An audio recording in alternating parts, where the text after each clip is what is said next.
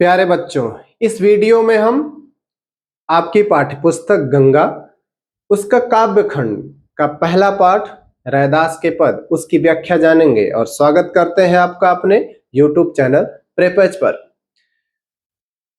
इस वीडियो में हम व्याख्या जानने से पहले ये जान लें कि आपकी पाठ्यपुस्तक का नाम गंगा क्यों रखा गया। जिस प्रकार गंगा नदी हमारे भारत देश की पवित्र नदियों में से एक है और गंगा नदी अनादिकाल से अनवरत बहती चली आ रही है, इसी प्रकार से आपका ज्ञान भी इस प्रकार से बढ़े, आपका ज्ञान भी असीम ऊंचाइयों तक हो, इसको ध्यान में रख करके आपकी पुस्तक का नाम गंगा रखा गया है। और इस पाठ को शुरू करने से पहले आपको ये भी बताते चलें कि आपके पुस्तक में जो बदलाव हुआ है, बदलाव के साथ कुछ नए पाठ शामिल किए गए, कुछ पाठ को हटाए गए हैं। उसके लिए आप पिछला वीडियो देखेंगे, उसमें आपको सारे पाठों के बारे में छोटा संक्षिप्त परिचय कि क्या किस पाठ में बताने का प्रयास किया गया है वो आप पाएंगे। तो आइए पाठ को शुरू करते हैं। इस रैदास के पद पाठ में इसके जो कवि हैं वो रैदास जी हैं। रैदास जी मुख्य रूप से निर्गुण भक्ति धारा के कवि माने जाते हैं। माने जाते नहीं है भी, क्योंकि हमारे यहाँ दो प्रकार के भक्ति धारा में दो कवि हुए, दो प्रकार के। एक वे जो भगवान को माने कि भगवान का एक आकार है, और एक वे जो ये माने कि भगवान के पास कोई आकार नहीं, भगवान कण कण में व्याप्त है।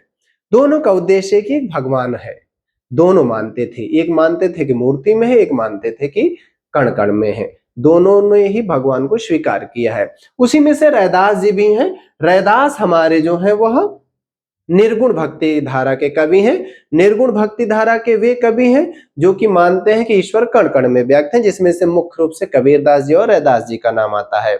रैदास जी जो थे वे पेशे से जूते बनाने का काम करते थे, और उनकी भक्ति ईश्वर में इतना ज्यादा थी कि उन्होंने कण कण में ये माना था कि ईश्वर है। इसीलिए वे अपने जूते की दुकान पर से ही,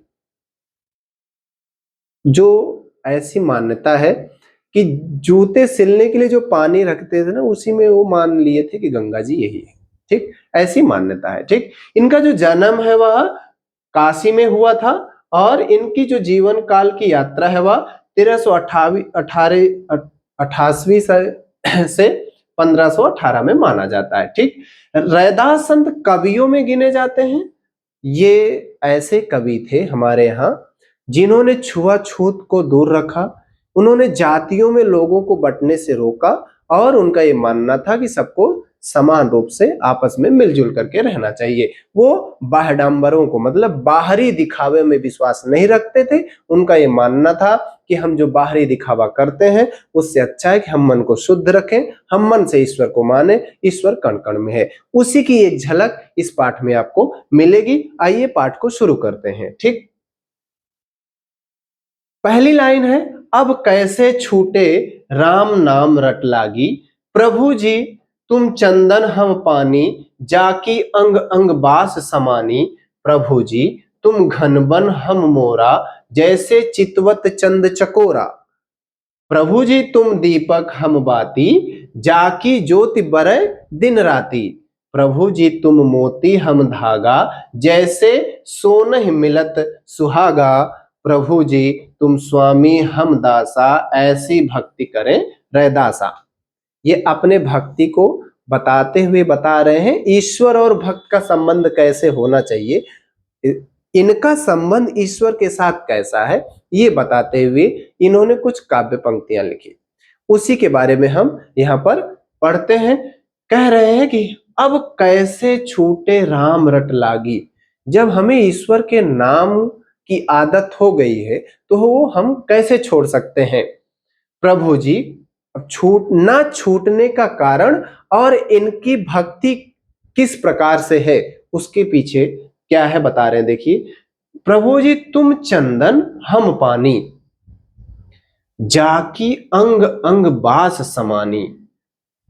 कह रहे हैं कि हे ईश्वर, आप उस चंदन की भांति हैं जिसकी सुगंध उस पानी में समा गई है, पानी में पूरी तरीके से समा गई है। उसी प्रकार हमारा और आपका संबंध है। आप पानी हैं, सॉरी, आप चंदन हैं और हम पानी हैं। ठीक। प्रभु जी तुम घन बन हम मोरा, घन मतलब यहां बादल, ठीक, मोरा मतलब यहां मोर। हे ईश्वर, आप उस बादल की भांति हैं जिसको देख करके मोर नाचने के लिए उतावला रहता है, मोर नाच उठता है। आप बादल हैं और हम मोर हैं। इसका मतलब आपका और हमारा संबंध इसी प्रकार से है जिस प्रकार मोर बादल को देख करके झूम उठता है और नाचने लगता है। जैसे चितवत चंद चकोरा, और उसी में कह रहे हैं ये चंद चकोरा। चकोरा एक पक्षी होता है जिसे हम तीतर कहते हैं, ठीक है ना।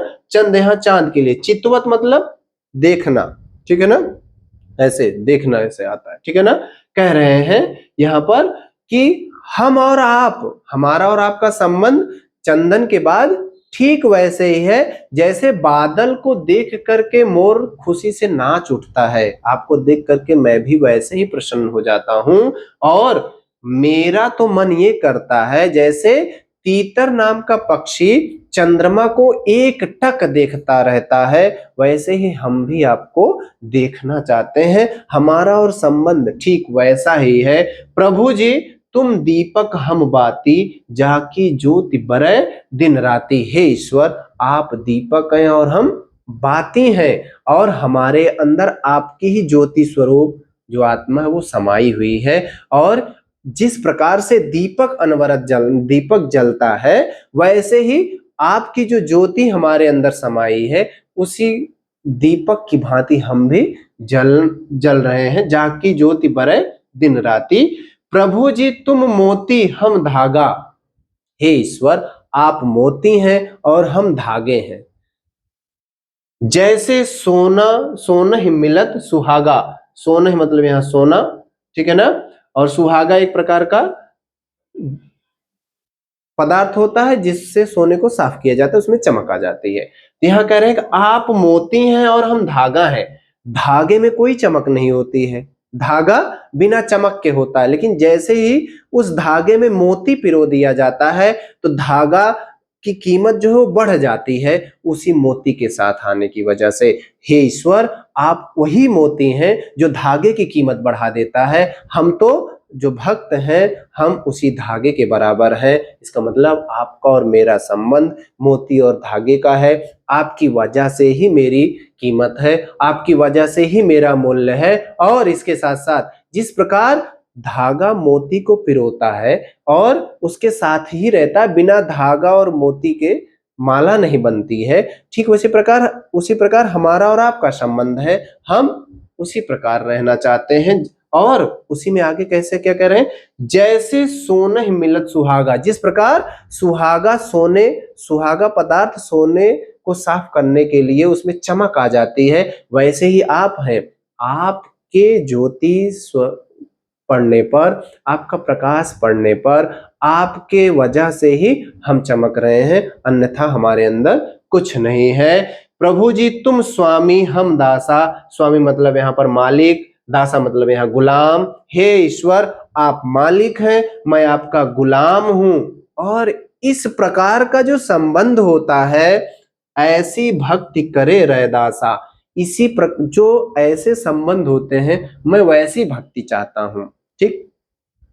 अब इसका जब हम एक बार में व्याख्या बताएंगे तो क्या होगा। प्रस्तुत काव्यांश में रैदास जी कह रहे हैं कि हे ईश्वर, हमें आपकी वैसी ही भक्ति चाहिए जिस प्रकार से चंदन और पानी एक साथ रहते हैं। चंदन की खुशबू पानी के कण कण में समाई रहती है।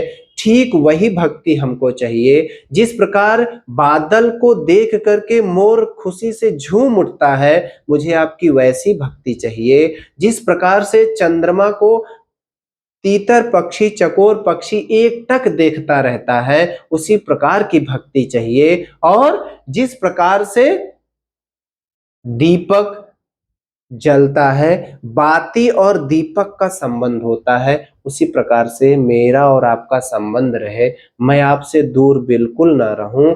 आपका ज्योति स्वरूप जो प्रकाश है मेरे अंदर समाया रहे। हे ईश्वर, जिस प्रकार से मोती और धागा साथ आने पर धागे की कीमत बढ़ जाती है। मोती धागे को भी चमका देता है, धागे का फीकापन मोती के आगे छिप जाता है और उसकी कीमत बढ़ जाती है। ठीक उसी प्रकार की भक्ति हमको चाहिए। और आपका जो वजूद है, आपकी वजह से आप हमारे लिए वैसे हैं जिस प्रकार से सुहागा पदार्थ के पड़ने पर, सुहागे के पड़ने पर सोने में चमक आ जाती है। हे ईश्वर, आप मालिक और हम आपके सेवक बन करके रहें, इस प्रकार की हम भक्ति चाहते हैं, हम आपकी ऐसी भक्ति करना चाहते हैं। ये इसकी व्याख्या हुई। ठीक, उम्मीद करते हैं आपको समझ में आया होगा। ठीक है ना? जो नहीं समझ में आया होगा उसको आप बताइएगा कमेंट करके, उसको फिर से बताऊंगा। ठीक, इसके साथ इसका जो भावार्थ है वो ये है। भावार्थ में क्या भाव दिया गया है? अनन्य लगाव ईश्वर के प्रति, ईश्वर की अनन्य भक्ति का भाव यहाँ पर आया हुआ। देखिए, गहरी भक्ति और समर्पण भावना को रैदास जी ने व्यक्त किया है और उनके मन में राम नाम का ऐसा प्रेम लग गया है कि जो कभी उनसे छूट नहीं सकता है। ठीक, ये इसकी व्याख्या, सॉरी, इसका ये भावार्थ हुआ। जो अभी हमने बताया कठिन शब्दों का ये अर्थ भी हमने यहाँ बगल में लिख दिया है। ठीक है ना? यदि आपको नहीं समझ में आता है तो आप ये कठिन शब्दों को भी देख करके अपनी शब्द शक्ति को थोड़ा बढ़ा ही सकते हैं ना। ठीक है, तो अब अभी मैंने जो आपको एक्सप्लेन किया, जो अभी हमने आपको बताया, उसका लिखित रूप है जो वो आपके सामने ये है। ठीक, ये आप अभी बाद में नोट कर लेंगे। उससे पहले मैं आपको काव्य सौंदर्य बता दूं। काव्य सौंदर्य होता क्या है? काव्य की शोभा बढ़ाने वाले जो तत्व होते हैं काव्य सौंदर्य होते हैं, जिसमें हम भाव, रस, छंद, अलंकार की बात करते हैं। ठीक है ना? जिसमें से आपके सिलेबस में केवल अलंकार है तो हम अलंकार को पढ़ेंगे, भाषा शैली की बात करेंगे। ठीक है ना? किस प्रकार से, ठीक, भाव, जो भाव जिस भाव के तहत कविता लिखी गई है हम उसे भाव सौंदर्य में बताते हैं। काव्य सौंदर्य को हम दो भाग में बांटेंगे, सबसे पहले भाव सौंदर्य, दूसरा फिर शिल्प सौंदर्य। भाव सौंदर्य जिस भाव के तहत कविता लिखी गई है, जिस भाव के अंतर्गत कविता लिखी गई है, जो भाव उस काव्य पंक्ति में आपको दिख रहा है वही भाव सौंदर्य में लिखा जाएगा। जैसे इसमें अनन्य भक्ति, समर्पण का भाव है। ठीक, शिल्प सौंदर्य में हम क्या बताएंगे? शिल्प सौंदर्य में हम सबसे पहले भाषा शैली को बताएंगे। तो इसका आप ध्यान रखिएगा बेटा, जब भी आपको कोई भी काव्य मिलेगा, आपको भले ही ना समझ में आए, वहां आप एक ही बात बोलेंगे कि भाषा सरल है, आसानी से समझने योग्य। ठीक, इसके बाद दूसरा, आप कोई भी काव्य होता है वो गीतात्मक होता है, हम उसे गा सकते हैं, गाने योग्य होता है। तो दूसरा पॉइंट कॉमन मिलेगा आपको, क्या कि काव्यांश की शैली जो है वो गाने योग्य है। ठीक है ना? गीतात्मक शैली में लिखा गया है। ठीक, तीसरी बात क्या करेंगे हम? यदि हम देखते हैं उसमें तत्सम शब्दों का प्रयोग हुआ है तो हम कहेंगे तत्सम शब्दों का ज्यादा प्रयोग हुआ है। तद्भव शब्दों का प्रयोग हुआ है तो आप हम कहेंगे तद्भव शब्दों का प्रयोग हुआ है। यदि दोनों मिले जुले हैं तो आप कहेंगे तत्सम और तद्भव शब्दों का मिला जुला रूप है। ध्यान रखिएगा, आपको कंफ्यूजन हो रहा है कि तद्भव है कि तत्सम, बिल्कुल परेशान नहीं होना, मैं बता रहा हूं। क्या करना है, आपको बता देना कॉमन होता है, हर कविता में एकाध शब्द तद्भव आते हैं, एकाध शब्द तद्भव तत्सम जरूर आ जाते हैं। तो आप क्या कहेंगे कि प्रस्तुत पंक्तियों में तत्सम और तद्भव शब्दों का मिला जुला रूप है, कभी गलत नहीं होगा ये। ठीक है ना? एकाध शब्द तो तद्भव मिल ही जाता है, एकाध शब्द तत्सम मिल ही जाता है। ठीक, ये तीन पॉइंट आपके कॉमन हो गए। इसके बाद अब चलते हैं चौथे पर, अलंकार की बात कर लेते हैं। अलंकार कहाँ क्या क्या आया रहता है। ठीक है ना? अलंकार में शब्द और अर्थ को हम अलंकार को ढूंढते हैं, यदि हमें नहीं मिलता है तो हम इसके लिए परेशान नहीं होंगे, लेकिन इसमें अलंकार आया है, हम उसकी बात कर लेते हैं। ठीक है ना? कहाँ कौन सा अलंकार आया हुआ है। ठीक है ना? ध्यान रखिएगा, ये भाई मिटाने वाले नहीं आ गए। अलंकार के लिए हम थोड़ा पहले इसको मिटा देते हैं, फिर आपको बताते हैं कि अलंकार कहां पर है। ठीक है ना? ध्यान दीजिए, देखिए, तुम चंदन हम पानी, यहां पर रूपक अलंकार है। ठीक, तुम घनवन हम मोरा, यहां पर रूपक अलंकार है। तुम दीपक हम बाती, यहां पर रूपक अलंकार है। तुम मोती हम धागा, तुम स्वामी हम दासा। ठीक, जहां पर उपमेय और उपमान की तुलना ना करके वही मान लिया जाता। ठीक, इसके बाद ध्यान दीजिएगा, जब भी किसी पंक्ति में सा सी से जैसे सम आ जाए वहां पर उपमा अलंकार होता है। जैसे चितवत चंद चकोरा, क्या हो जाएगा यहाँ पर? उपमा अलंकार हो जाएगा। जैसे सोन मिलत सुहागा, यहाँ पर क्या हो जाएगा? उपमा अलंकार हो जाएगा। ठीक, दो अलंकार हुए। ये का शिल्प सौंदर्य पूरा हुआ। ठीक है ना? उम्मीद करते हैं आपको शिल्प सौंदर्य भी समझ में आ गया होगा, जिसमें अलंकार हम ढूंढते हैं। हाँ, एक बात और आपको बता दें, अलंकार के लिए आपको परेशानी हो रही होगी, आप जाइएगा इसी में चैनल पर आपको प्लेलिस्ट में अलंकार, शब्दालंकार, अर्थालंकार और अलंकार तीनों की अलग अलग वीडियो है, आप उनको देखिएगा, आपको अलंकार समझ में आ जाएगा। ठीक है ना? उम्मीद करते हैं कि आपको ये व्याख्या, काव्य सौंदर्य, शिल्प सौंदर्य समझ में आ गया होगा। अब अभी हमने जो आपको समझाया, आपको बताया, उसका जो लिखित रूप है ये आपके सामने प्रस्तुत है। आप देख लीजिए, इसको नोट कर लीजिए, जिससे आपको ये जरा भी समस्या ना हो कि हमने जो बताया वो कैसे लिखा जाएगा। तो सरल शब्दों के चयन के साथ आपके सामने वो वीडियो का जो हमने व्याख्यान दिया वो यहाँ प्रस्तुत है। आप इसको नोट कर लेंगे और नोट करने के बाद मुझे लगता है आप इसको नोट भी कर लिए होंगे। अब चलते हैं, अभी हम आपको जो भाव सौंदर्य और शिल्प सौंदर्य की बात बताएं। ठीक, ये देखिए, रूपक अलंकार और उपमा अलंकार के साथ शिल्प सौंदर्य भी दिया गया है। ठीक, हमने जो बताया, इसीलिए हमने भाषा वाली बात सबसे ऊपर रखा। क्या? सरल, मधुर और भावपूर्ण ब्रज मिश्रित लोक भाषा है। यदि आप इसको नहीं पाते हैं ना, ये सरल और मधुर लिख देंगे तो कभी गलत नहीं होता, ये सब होता है। ठीक है ना?